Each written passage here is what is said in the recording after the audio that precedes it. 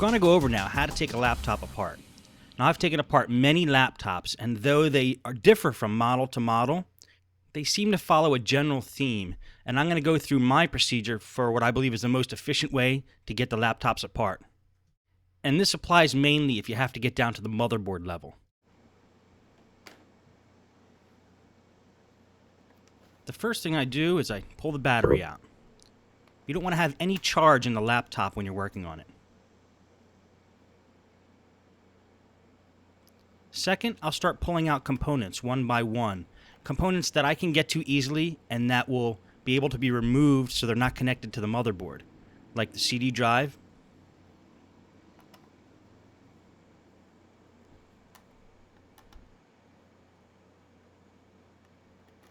And here I'm getting to the RAM. There's one stick in there. You just grab the two ends of the RAM holder and it'll pop up. Sometimes you have to use a device to get in there if it's too tight. And you pull the stick of RAM out. Then you have a wireless card. And wireless cards have that antenna. It's usually a black, gray, or white cord. It just pops right off. And again, the wireless card comes out just like the RAM does. Now we're going to get the hard drive out. And this laptop actually already has the hard drive taken out, but we'll take the cover off. Now what I really want to do is get the screen off, because the screen's going to be in the way. I want to remove it from the equation. To get to the screen in most laptops, you have to take this cover off, and that gives you access to both the keyboard and the screen. I call it the hinge cover plate because it covers the hinges. And the way to get that off is usually to just pry it off, unless it's held in by screws, and that's why I turn the computer over.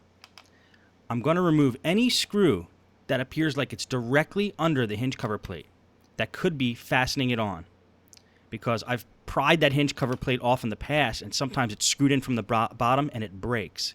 So, rule number one, if you have to force anything off of these laptops, stop what you're doing. It's probably going to break. So I just play it safe and remove all the screws that could possibly be holding that hinge cover plate on. And the only way I'll be able to tell is when I go to attempt to take the hinge cover plate off. So just lining it up. I lined up how big that hinge cover plate is, and I'm just removing any screw that's directly under that. And this computer actually has a lot of them. Most computers don't have this many screws directly under the hinge cover plate.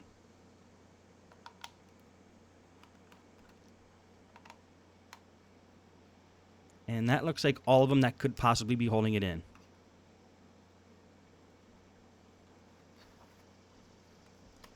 So now we flip it over, open it back up again, and now we attempt to remove the hinge cover plate, knowing that any screw that could possibly be holding it in is removed. And one way to get to it is to push down the keys and pry under the keys, being careful not to damage the keys when you do that. Or if that doesn't work, look for some other entry point, like there was right under the hinge. And then what you have to do is kind of jiggle it, and it'll pop off. Now we have access to the keyboard, and it's going to take the 4 screws off that are holding the keyboard on. Now that hinge cover plate in some computers might have a ribbon cable attached to it, or might be fastened in a different way, but they're all generally about the same. It's kind of snapped in there, sometimes with and sometimes without screws holding it in. And keyboards, sometimes they have screws like they have in this one where I'm pulling them off now. And they always are attached by a wide ribbon cable that you just grab by both ends at the connector and pull it out. Now I'm disconnecting any ribbon cable I see. This is for the touchpad. Because when I take the top plate off of this computer, that ribbon cable is still going to be connected unless I remove it right now. Now I have access to the screen, and this is the LCD cable I'm pulling off now. And these 2 wires here go to the wireless card. You're going to find in a lot of laptops, the wireless antenna go through the computer to the bottom, to the wireless card, all the way up to the top of the screen. So you have to kind of fish it through the computer and pull it back. This way you could get the screen off. If we didn't pull these wires back, we wouldn't be able to remove the screen. And then we'll start removing screws from the hinges on the screen. This particular computer has 3 hinges that go straight down and hold the screen to the base. 1.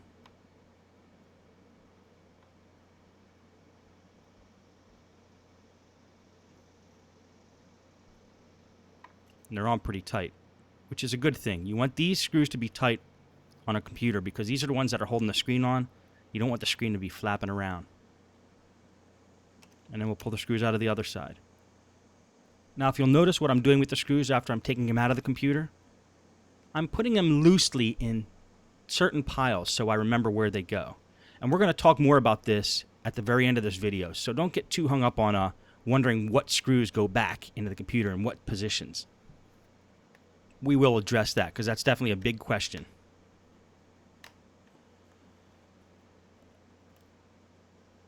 Now the screen should come right up after we pull out this last screw.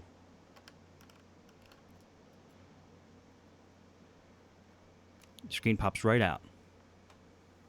Now our objective is to remove the top part of the case from the bottom part of the case so we get to the motherboard.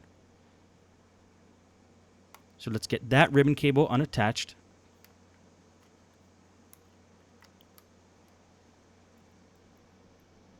And this computer has a little circuit board here that needs to be removed, which we'll do now.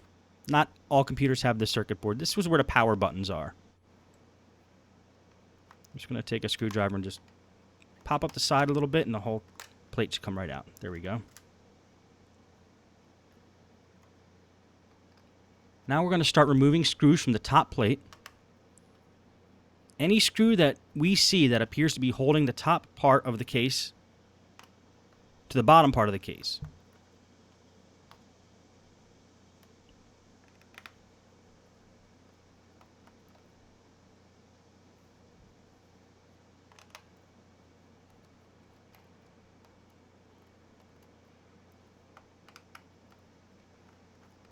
And we're going to do our best to find every one. And we'll know if we missed one because the cases won't come apart.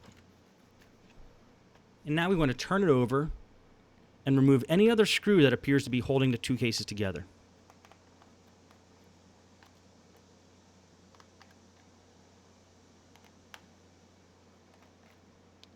Now, generally, in most computers, most of these case screws are going to be about the same size, so you might be able to keep them all in the same pile.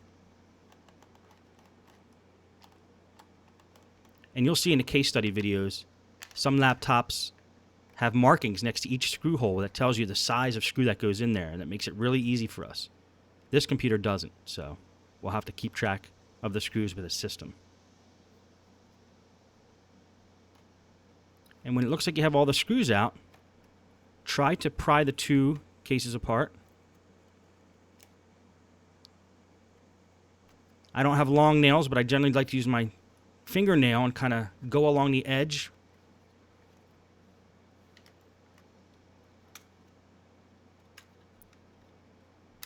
And just find some entry point where there's already a little bit of an opening there, a gap that you can get your nail in and kind of bring it all around. And try to get these 2 cases apart. Remember, don't force anything. And it looks like this is being held in by something, so let's check for screws. And yes, I forgot 1 screw on the top part of the case. Let's see what happens once we get that out. It's coming apart much easier now. So I'm glad that was in the video because I want you guys to know if it looks like it's not coming apart easy, there's probably a screw holding it in somewhere that you missed. Now we have access to the motherboard here.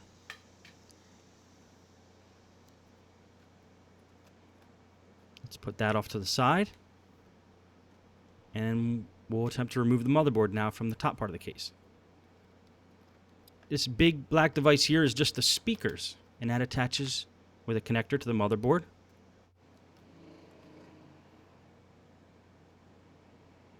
Now, certain screws on the motherboard are labeled, and that's what I'm pointing to now.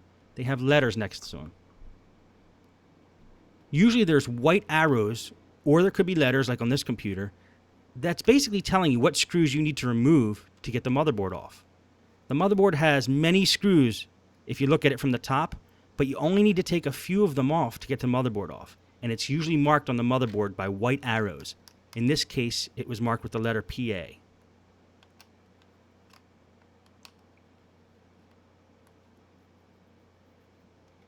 Now this little piece here is just an extension for the battery.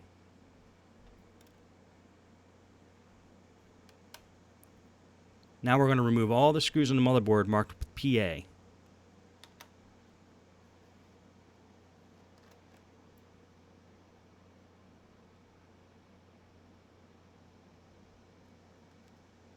And when it looks like we have them all, try to pull the motherboard out of the case, gently.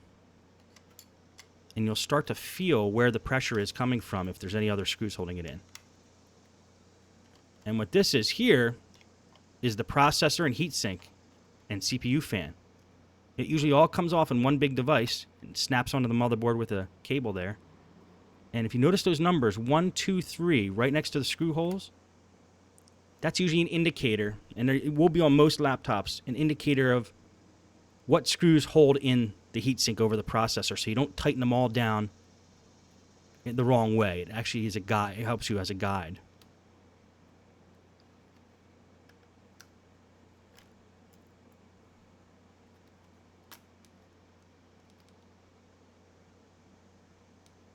And again, once you think you have all the screws, just slowly pull up the motherboard. And you'll start to feel it if you missed one. And this should be the last one there. And just kind of jiggle it until it starts to come loose.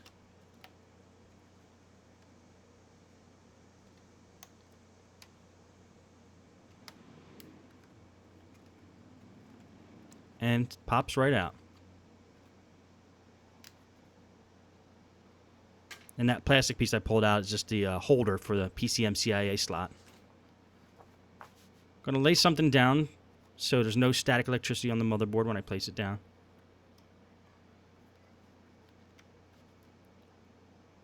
That's just an adapter that I pulled off there for the power jack.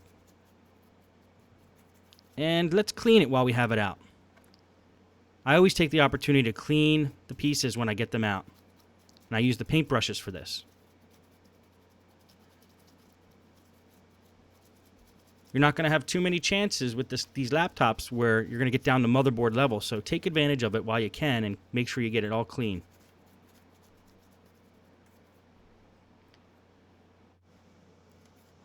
And since you have the fan out for the processor, blow it out with compressed air.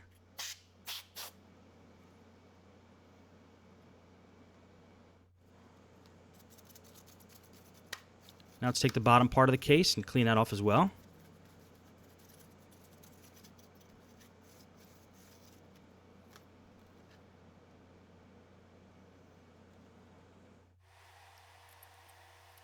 And now, say if you did have to do a motherboard replacement, you got to start putting everything back together again.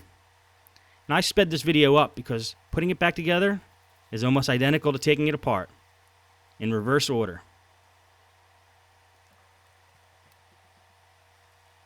Put that power adapter back on.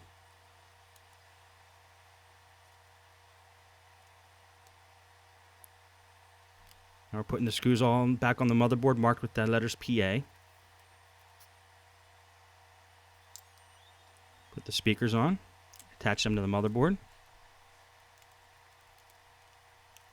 They just fit right in there, which they usually do.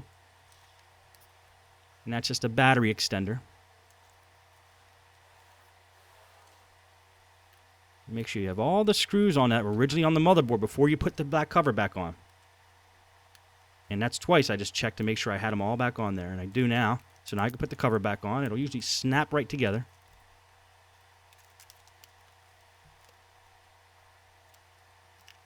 And now start putting the screws back in.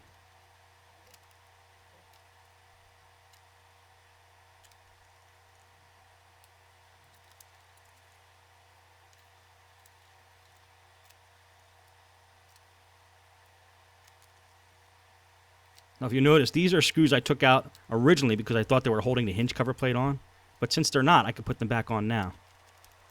And then I'll put all the screws back on the top plate, or top part of the case. Attach the ribbon cable for the touchpad.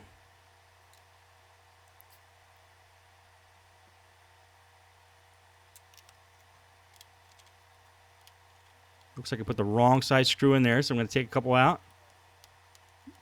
And put them all back in.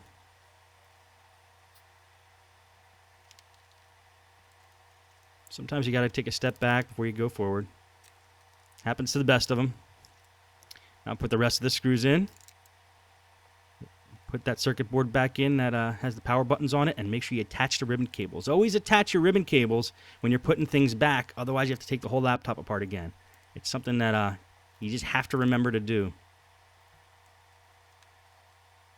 You might get the whole thing back together and then realize the keyboard's not working because you forgot to attach the cable back to the motherboard. And we're just putting the screen on now. Now what I'm going to do, if you watch, is take a bigger screwdriver when I'm done tightening these up, because I want a little extra torque on these screws, because I don't want the screen to be flapping around. I want those screws to hold. So I just take a little bigger screwdriver and put a little extra torque into them before I put everything back.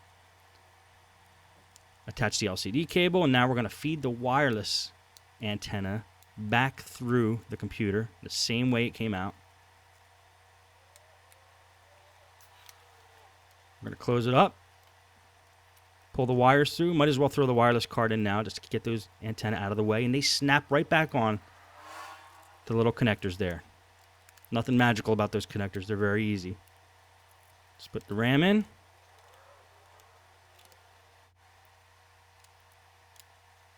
Put some remaining screws back on the bottom of the case here.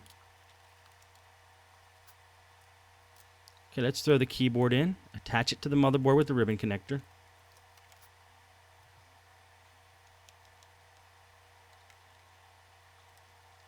Attach the 4 screws to hold it on. Put the hinge cover plate back on. CD drive back in. Battery in. Hard drive cover back on. And that is pretty much how you do it. Most laptops are going to follow that pattern. And that's how I do it. Now, how do you keep track of the screws you get out of a computer? This is a big question. A lot of people are afraid about doing this when they start working on laptops. The method I used to do when I started out is I create a pattern right next to the laptop. A pattern identical to the pattern in which the screws are coming out. So if one screw is to the left of another screw, I place it on the table left of that screw. And I sped the tape up here. You'll notice that a pattern starts to form of the bottom of the case.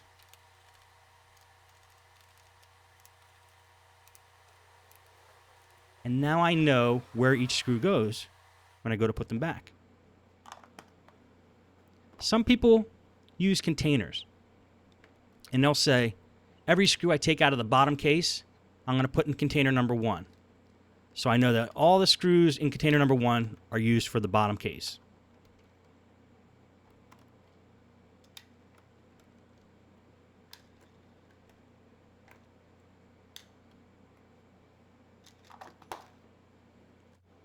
And then I'll get a second container. And this will be for maybe screws on the top part of the case, or screws holding the keyboard or the screen on. And then when you're down to motherboard level, there's more screws. So you could use another case for that.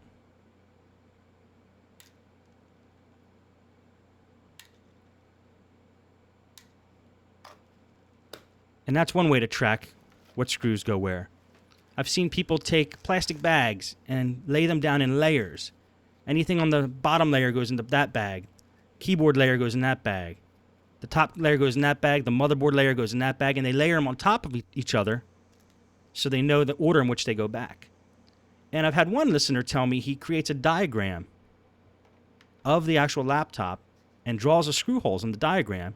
And then when he takes each screw out, he just puts it in the picture of the screw hole that he drew, which I think is a pretty clever idea. And same with the motherboard.